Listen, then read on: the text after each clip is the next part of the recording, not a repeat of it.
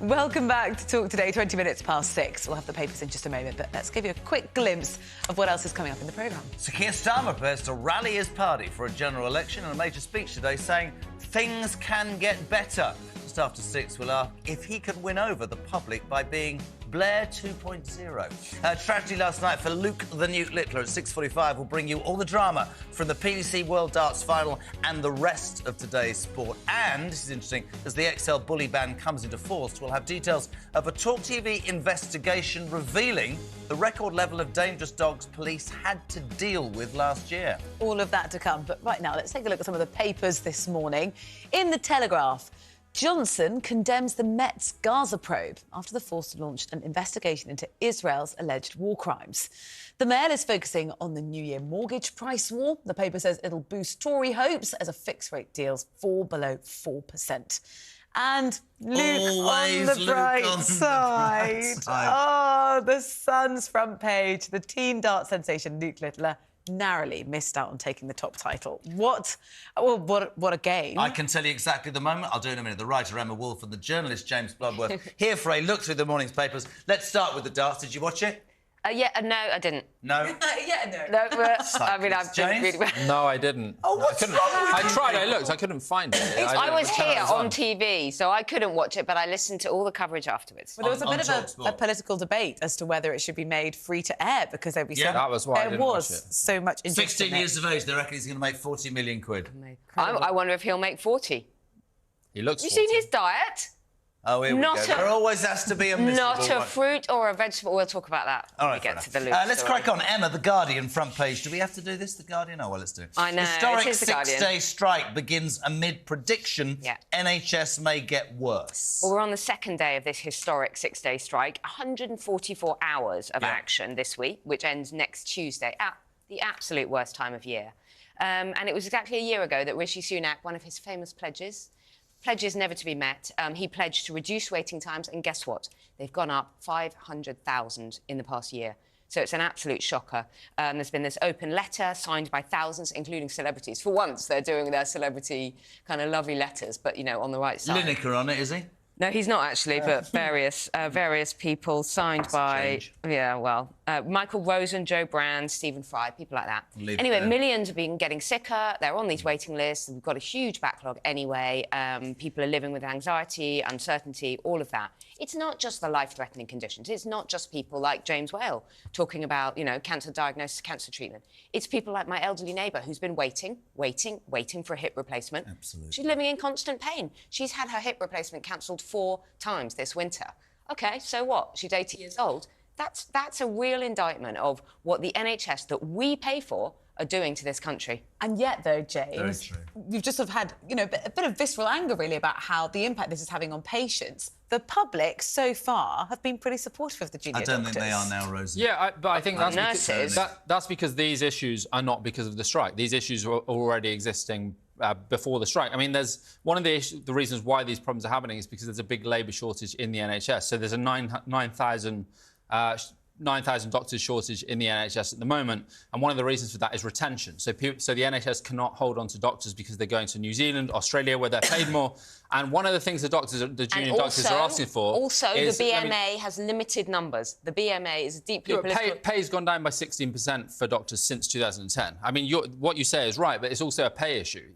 I suggested you have £100,000 debt if you're a student doctor. I suggested something yesterday. I'd love your take, both of you. Appreciate you being on the show as ever. So we have an NHS shortage, right? Everybody knows that this is a bugbear. For me personally, I think the BMA is political, and I think this is about bringing down a Tory government, aided by Mick Lynch, who's jumped in overnight. However, taking your point and accepting that there has been, over 13 years, an amount of money that they haven't received, 2 things from me. I don't understand why the nurses took 5, the consultants took 13. Because the nurses... Can I just say this? The Scottish doctors took 12.4. To me, it should be across the board. I'll tell you how I deal with that loan. I would make doctors sign contracts that says, if we train you in the NHS, you have to stay for a guaranteed amount of time, 5 years, 10 years, and we will suck up your loan as a result for that loyalty. That's what I would do. Yeah, I think it's easy to go, oh, we'll go. We saw that junior doctor yesterday saying, they ain't even your man. No, I mean, you know what I'm saying. Starmer, They ain't getting 35%. You can tell me about the British public, but I think the optics are beginning to turn against them. Do you know why the nurses couldn't carry on striking? Because they couldn't afford to. The nurses carry the NHS. But do they earn when they're on strike, the junior doctors? No, I don't believe so. Well, then how long is it going to be? Maybe that's why the government are holding firm. Much better paid than nurses. In Scotland, they did reach a deal for 12.4. Well, 17.5 over 2 years. And the problem we have in England is the government's refusing to get round the negotiating table. James, I don't agree with you. Victoria Atkins said yesterday, I am ready, I am sat, and my checkbook is open. Get off strike and come and talk. But they've said that, but they have. When it's actually come down to it, they haven't got round the table. Because 35% is ludicrous. No, but it's a negotiating position. They had a high position in Scotland. The government got round the table, and then they agreed 17.5% over 2 years. It's a position, the 35%. 35%, we are now hearing from the BMA, could be movable. Yesterday, a slight softening. Yeah, there is, and there's a big piece in the Times. There is an indication that the junior doctors are ready to start talking. They're saying this strike could be our last. Well, we desperately need it to be their last. But, I mean, I think we need to be very, very clear. The BMA have the government, in the country over a barrel. It doesn't and 35% isn't an opening position. It doesn't sound great, does it, that a government offering 3%, but let's make the point that's on top of 8.8, so it makes 11.8. They get huge And then you've got the doctors asking for 35%. And I keep saying this. In the midst of a cost of living crisis, people who are struggling are going to look at that and go, OK, well, anybody tells me, they are not going to be as sympathetic as they were. And when you see 11-year-olds as we saw yesterday, standing there go, well, he looked 11, saying, the government can end this by giving us some money. You try telling that to somebody in the north of England who's been up since 6 o'clock and he's going to graft 12 hours and can barely make his bills. They're going to laugh at you, Jay. They're going to laugh at you. Yeah, but I think people also recognise there's a huge problem in the NHS. Yeah, I agree. So you've got parts of the country where it takes a month to get a doctor's appointment. You've got ambulances with people waiting outside the hospital for 10 hours. There's the labour market with the NHS isn't working as far as doctors go. Massive attrition of doctors to Australia and New Zealand. You have to reverse pay cuts so it goes back to the 2010 level. But then I'm not sure if they want to money stop or people conditions, leaving because the if you offered them 35%, they're standing there saying it's about conditions. So yesterday, was it the Mail, there was a big story about fat cats getting £300,000. I think use the money better. Exactly. It's about wastage in the NHS. It's not just about money, is it? We couldn't pour more money into the NHS. Actually, we pour in more than many, many, many other countries. I mean, less than France and Germany per head we pay for healthcare. It's a huge amount of wastage in the NHS. But we still pay less per head. I'm going to say something Germany. incredibly contentious that I've believed since I was from the year dot. It's supposed to be free at the point of service. You made a point. Your 80-year-old neighbour, we got Matthew Stadland, the broadcaster, on before 7. His father-in-law, his operation cancelled at the last minute. We'll hear more about that.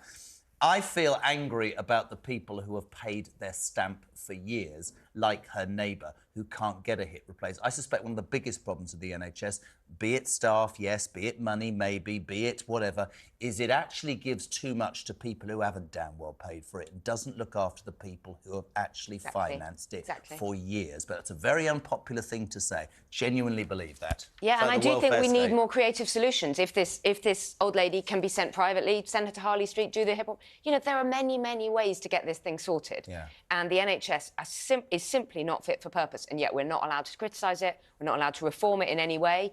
They want their 35%. And you know what? Doctors are not badly paid. No. I know they work hard, but they are not badly paid. Should we move on? It's up to you. You're the boss. Front page of the Times, James. This ongoing story. 12 countries now, including us, Britain, the United States, have told the Houthi rebels in Yemen to stop the attacks in the Red Sea or bear the consequences. Yep. What consequences do they mean? So at the moment, so Houthi rebels, there's an ongoing war in Yemen. The Houthi rebels, supported by Iran, they've started to attack commercial vessels in the Red Sea. And this affects all of us because 15% of global trade goes through the Red Sea. So Britain, the United States and 10 other countries have told the Houthi rebels that they need to stop these destabilising attacks, or they've said they'll bear the responsibility for the consequences. It's basically a military threat that if Britain and the United States are sending vessels there in the hope that the Iranian-backed Houthis will back down. Because, again, this is something that does affect global trade. It's not just... Well, there's the fear on the one hand that the conflict in Israel-Palestine and this could spill over into a war between the United States and Iran, for example, but it also affects the prices we pay for things in our shops. It's a real tinderbox, isn't it? Yeah, one country can't be allowed to kind of blackmail the world by threatening commercial vessels like this. Interesting. So we've done the darts. He did win 200 grand, Luke Littler. So fair play to him. More of that. But I want to do this story in the Times on the front page, Emma, because this is brilliant news for me. Because all those trendy left-wing leg-shaving cyclists who think it's all right to eat a turnip are going to actually have to look in the mirror. Go on, give it to me. No, I've been a vegetarian for 20 years. You take the mickey about cyclists.